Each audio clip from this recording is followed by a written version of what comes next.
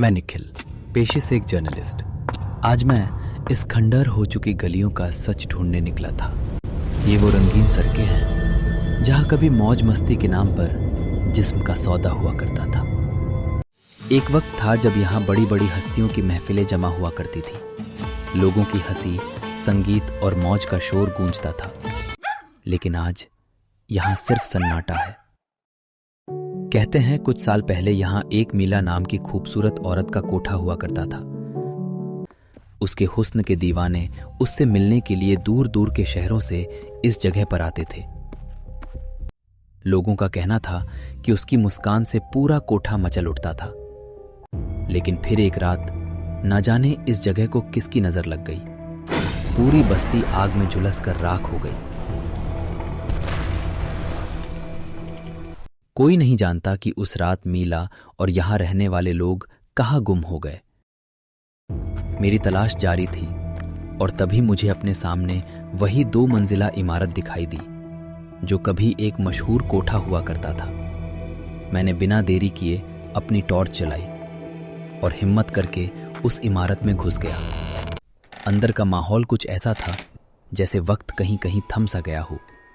चारों तरफ मकड़ी के जाले और फौज पर टूटी फूटी चीजें बिखरी पड़ी थीं, जिसमें कुछ संगीत कलाकारों की किताबें, ढोलक और एक पुराना हारमोनियम दिखाई दे रहा था।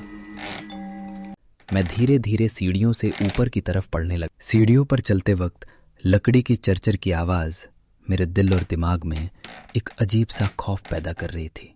हैरानी की बात तो अब हुई जब ऐसी वीरान जगह पर अचानक हवा में अजीब सी इत्तर की खुशबू महकने लगी। मैं उस खुशबू का पीछा करते करते एक आलीशान कमरे में पहुंच गया। वहां मेरी नजर एक औरत की तस्वीर पर पड़ी जिसकी आंखें बिल्कुल जिंदा इंसान की तरह लग रही थी। कुछ पल तक मैं बस उसी तस्वीर को देखता रहा और अगले ही पल वो औरत तस्वीर से गायब हो गई। ये कैसे हो सकता है? वो औरत अचानक कहां चली गई? उस खाली तस्वीर को देखकर थोड़ी देर के लिए मेरी सांसें ऊपर नीचे हो गईं। लेकिन जब मैंने आंखें मलकर दोबारा देखा तो वो औरत उसी तस्वीर में मौजूद थी। थोड़ी देर के लिए मुझे लगा शायद ठीक से नींद पूरी न होने की वजह से मुझे भ्रम हुआ होगा, क्योंकि मुझे घर से निकले हुए कई दिन बीत चुके थे। मन में ख्याल तो आया कि वापस लौट जाऊं, लेकिन जैसे ही मैं वापस जाने के लिए मुड़ा, ठीक उसी वक्त मेरे पीछे से घुंघरुओं की आवाज सुनाई देने लगी। मैंने घबराती हुई आवाज में पूछा, कौन है? कौन है यहाँ? घुंघरुओं की आवाज धीरे धीरे मेरे करीब आने लगी थी। मुझे महसूस हो रहा था जैसे कोई है जो लगातार मेरा पीछा कर रहा था। मैंने अपने कदम तेज किए और उस कोठे से बाहर निकलने का रास्ता खोजने लगा, लेकिन बाहर जाने का कोई रास्ता कहीं नजर नहीं आ रहा था। सारे दरवाजे बाहर से लॉक थे। घुंघरुओं की आवाज अब बिल्कुल मेरे पास आ चुकी थी। मैंने मुड़कर देखा तो आसपास कोई नजर नहीं आ रहा था और तभी मुझे एक औरत की मुस्कुराहट भरी आवाज सुनाई दी। कहाँ जा रहे हो निखिल? यहाँ आओ मेरे पास। जाने दो मुझे, जाने दो। उसकी खौफनाक आवाज इस अंधेरे में मेरी धड़कनों को चीरते हुए गुजर रही थी।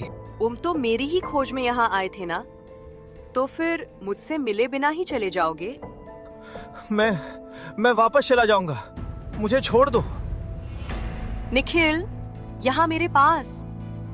इस बार आवाज बिल्कुल मेरे करीब से आई। मैंने पलटकर देखा तो वही तस्वीर वाली औरत मेरे बिल्कुल बाजू में खड़ी थी। मैं भागना चाहता था, लेकिन उसके चेहरे पर मासूमियत देखकर मैं एक पल में शांत हो गया। मेरी आंखें सिर्फ उसी को ताकती रह गईं। उसके बाद वो मुझसे प्यार भरे लहजों में कहने लगी, घबराओ मत निखिल, शांत हो जाओ, डरो मत, मेरे करीब आओ। उसकी सांसों की गर्मी मेरे चेहरे को छू कर गुजर रही थी। उसने एक बार फिर प्यार भरे शब्दों में मुझसे कहा, तुम्हें ये हसीन पल हमेशा याद आएंगे निखिल। इसके बाद उसने अपने हाथ से मेरे गालों को छुआ और मुझे कस के गले लगा लिया।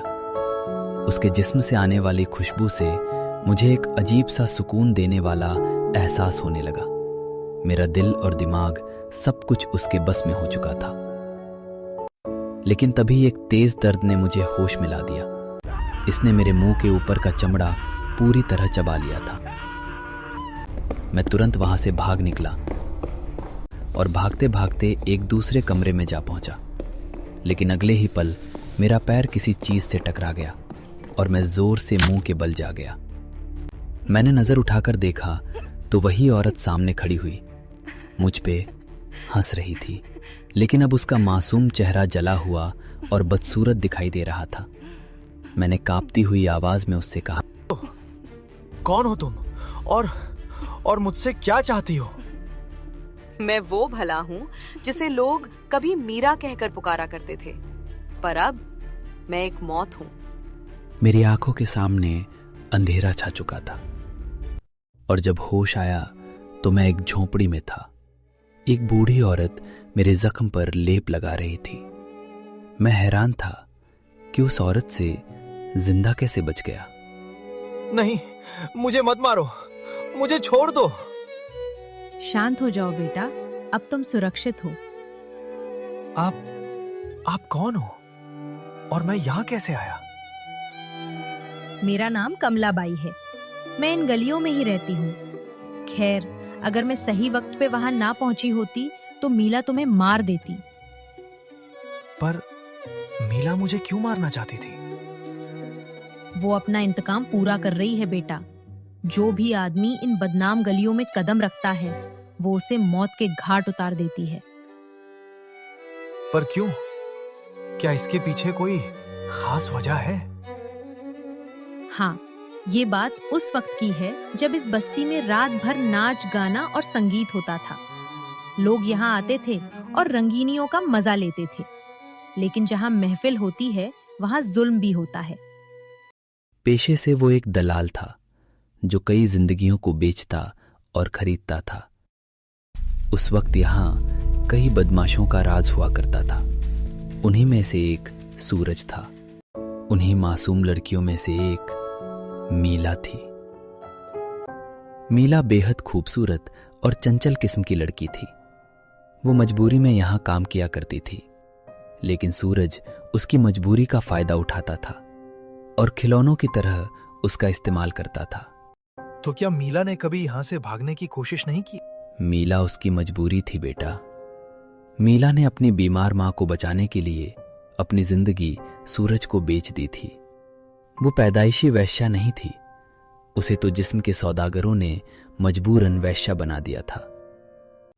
एक रात शराब के नशे में सूरज अपने कुछ साथियों के साथ कोठे पर आया। उसने मीला की तरफ देखा और वो ही अपनी अकड़ में कहा, मीला, आज मेरे मेहमान आए हुए हैं। इनमें से हर कोई तेरे जिस्म की मुंह मांगी कीमत देने को तैयार है। बोल, पहले किसके साथ जाना पसंद करेगी तू? तुम्हारे मेहमानों को खुश करने का काम मेरा नहीं है। मैं अब और जुल्म नहीं सह सकती।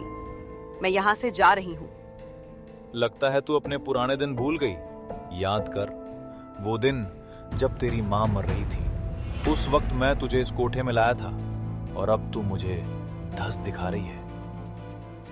तूने सिर्फ अपने फायदे के लिए मेरी मदद की थी विक्रम, पर अब मैं तेरे कहने पर अपनी इज्जत नीलाम नहीं करूंगी। मीला, अगर तूने मेरी बात नहीं मानी तो अंजाम बहुत बुरा होगा।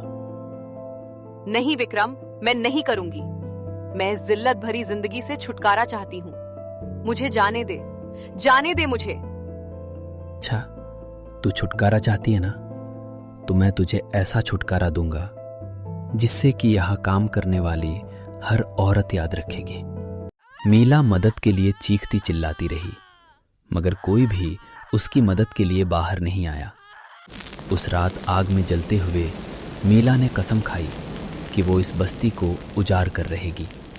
सूरज ने उसके जिस्म को तो मिटा दिया था, लेकिन वो उसकी आत्मा को नहीं मिटा सका। मीला की मौत के बाद विक्रम का क्या हुआ? क्या वो अभी भी जिंदा है?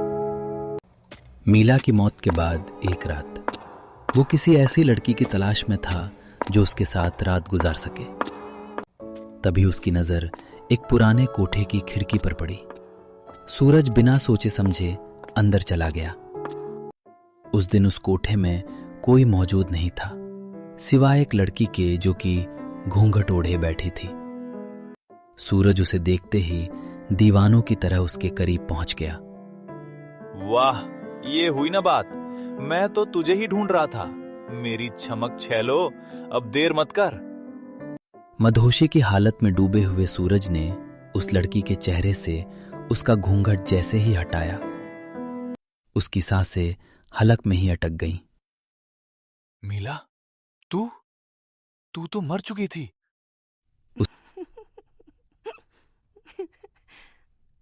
ध्यान से देख विक्रम, मैं वही मीला हूँ जिसे तूने जिंदा जला दिया था। नहीं नहीं। विक्रम गिड़गिड़ाता रहा, लेकिन मीरा ने अपने तेज नाखूनों से विक्रम का सीना चीर दिया। उसने विक्रम को तो मार दिया, लेकिन उसका गुस्सा अब भी शांत नहीं हुआ।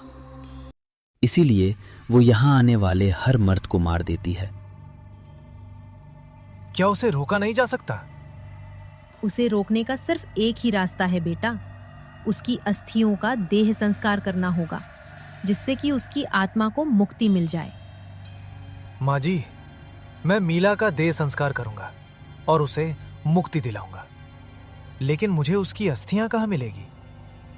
मीला की लाश उसी के कोठे के नीचे दफन है। लेकिन बेटा, तुम ये काम अकेले मत करना।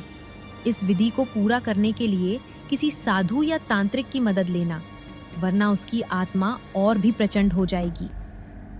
ठीक है माँ जी, मैं ध्यान रखूंगा। मैंने उस बूढ़ी औरत को दिलासा दिया और उस रात वहां से चला गया। अगली रात मैं एक सिद्ध साधु बाबा के पास पहुंचा, जहां उन्होंने मुझसे कहा, अगर मीरा की आत्मा को मुक्ति देनी है तो उस जगह पर जाकर उसका अंतिम संस्कार करना होगा जहां उसका जिस्म दफन है। इसके बाद मैं उन्हें लेकर उसी कोठे पर गया। बाबा, यही वो जगह है जहां उसकी लाश दफन है। ठीक है, हमें जल्दी यहां से मिट्टी बाहर निकालनी होगी और जैसे ही कंकाल दिख जाए तुम बाहर आ जाना। बाबा की बात मानकर मैंने खोदना शुरू किया और जल्दी ही मुझे मीला का कंकाल मिल गया। अब तुम बाहर आ जाओ और इस कंकाल पर खूब सारा तेल उड़ेल दो। इसके बाद आग लगा देना। ध्यान रहे, जब मैं मंत्र उच्चारण करूं तो तू पीछे मुड़कर मत देखना। मैं डर के बावजूद आगे बढ़ा और मैंने मशाल से उस लाश को आग लगा ली। जैसे ही कंकाल में आग लगी, बाबा ने मंत्रों का उच्चारण शुरू कर दिया। उस वक्त मैंने महसूस किया जैसे हवा में बहुत तेजी से रो रहा हो। अचानक मेरे सामने वही औरत आकर झपटी और गुस्से में बाबा पर, लेकिन जैसे ही करीब आए, साधु बाबा के मंत्रों ने उसे पीछे धकेल दिया, जिसके बाद जीव गिरता आग के शोले मीला के शरीर को छूते हुए आसमान की तरह उड़ने लगे और देखते ही देखते मीला धुआं बनकर हवा में गायब हो गई। अब उसकी आत्मा को शांति मिल चुकी है बेटा। संस्कार करने के बाद मैं उस बूढ़ी औरत से मिलना चाहता था, मगर जब मैं उसकी झोपड़ी पर पहुंचा तो मुझे पता चला कि वो बूढ़ी औरत कोई और नहीं बल्कि मीरा की ही मां थी, जो कुछ महीने पहले ही मर चुकी थी। उस पल मुझे समझ आया कि जिस औरत ने उस रात मेरी जान बचाई थी वो खुद एक आत्मा थी, करुणा और प्यार की एक आत्मा, जो अपनी बेटी के लिए अंत तक चिंता कर रही थी।